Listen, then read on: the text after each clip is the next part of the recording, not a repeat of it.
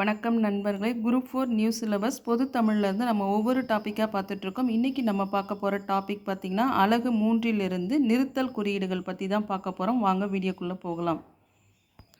இந்த நிறுத்தல் குறியீடுகள் கால் புள்ளி, அரை புள்ளி, முக்கால் புள்ளி, முற்றுப்புள்ளி, வியப்புக்குறி, வினாக்குறி அமையும் இடங்கள். இது பார்த்திங்கன்னா 8th நியூ புக் தமிழில் பேஜ் நம்பர் 89 இருக்குது. வாங்க வீடியோக்குள்ளே போகலாம். நிறுத்தற் குறிகள் ஃபஸ்ட்டு காற்புள்ளி. ஃபஸ்ட்டு பாயிண்ட், பொருட்களை எண்ணும் இடங்களில் காற்புள்ளி வரும்.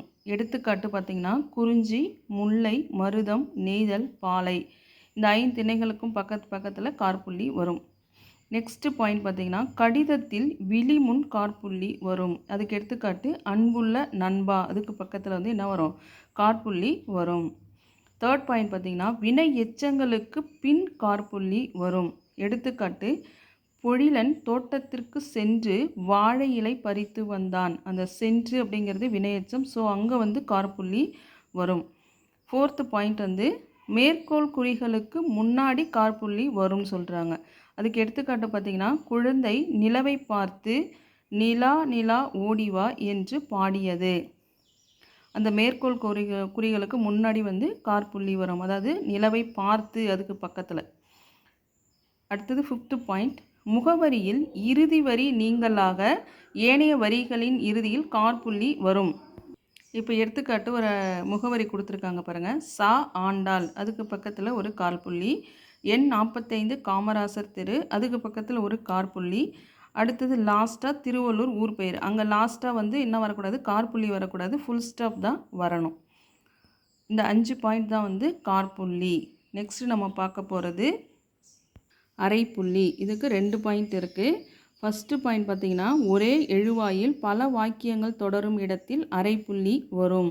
இதுக்கு எடுத்துக்காட்டு கரிகாலன் கங்கை வரை படையெடுத்து சென்றான், கனக விசயருடன் போரிட்டான். அப்போ படையெடுத்து சென்றான், அங்கே ஒரு அரைப்புள்ளி வரும் அப்படின்னு சொல்கிறாங்க. நெக்ஸ்ட்டு உடன்பாடு எதிர்மறை கருத்துக்களை ஒன்றாக கூறும் இடத்தில் அரைப்புள்ளி வரும். இதுக்கு எடுத்துக்காட்டு என்னென்னா நல்லவன் வாழ்வான், தீயவன் தாழ்வான். அப்போ உடன்பாடு எதிர்மறை 2 கருத்தும் ஒன்றாக கூறும் இடத்தில்னா அந்த வாழ்வான் பக்கத்தில் அரைப்புள்ளி வரும். நெக்ஸ்ட்டு முக்காற்புள்ளி, சிறு தலைப்பான தொகை சொல்லை விரித்து கூறும் இடத்தில் முக்காற்புள்ளி வரும். முத்தமிழ், இது ஒரு தொகைச்சொல். இதை பிரிக்கும் போது இயல், இசை, நாடகம்.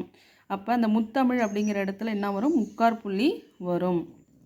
நெக்ஸ்ட்டு முற்றுப்புள்ளி, சொற்றொடரின் இறுதியில் முற்றுப்புள்ளி வரும்.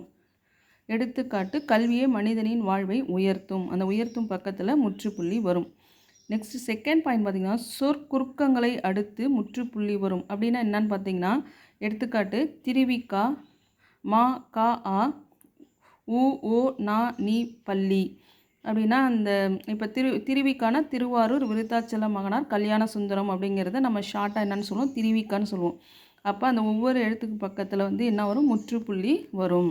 அதுதான் சொற்குறுக்கம். தேர்ட் பாயிண்ட், பெயரின் தலைப்பெழுத்தை அடுத்து முற்றுப்புள்ளி வரும். நே து சுந்தர வடிவேலு, இனிஷியல் பக்கத்தில் என்ன வரும்? முற்றுப்புள்ளி வரும். நெக்ஸ்ட்டு வினாக்குறி, வினாப்பொருளை உணர்த்தும் வாக்கியத்தின் இறுதியில் வினாக்குறி இட வேண்டும். எடுத்துக்காட்டு சேக்கிழார் எழுதிய நூல் எது? இதுக்கு பக்கத்தில் என்ன வரும்? வினாக்குறி வரும். நெக்ஸ்ட்டு வியப்புக்குறி, மகிழ்ச்சி, வியப்பு, அச்சம், அவலம், இரங்கல் முதலான உணர்ச்சியை வெளியிடும் இடங்களில் வியப்புக்குறி இட வேண்டும். இதுக்கு எடுத்துக்காட்டு கொடுத்துருக்காங்க பாருங்கள். தமிழின் இனிமைதான் என்னே, வியப்புக்குறி வியப்பு. பாம்பு பாம்பு அப்படிங்கிறது அச்சம். அந்தோ இயற்கை அழிகிறது அப்படிங்கிறது அவலம். இந்த இடத்துல எல்லாமே வியப்புக்குறி வரணும். ஓகே வியூவர்ஸ், என்னுடைய வீடியோ உங்களுக்கு பிடிச்சினா லைக் பண்ணுங்கள், ஷேர் பண்ணுங்கள், கமெண்ட் பண்ணுங்கள், மறக்காமல் சப்ஸ்கிரைப் பண்ணுங்கள். நம்ம நெக்ஸ்ட் வீடியோவில் பார்க்கலாம். தேங்க்யூ.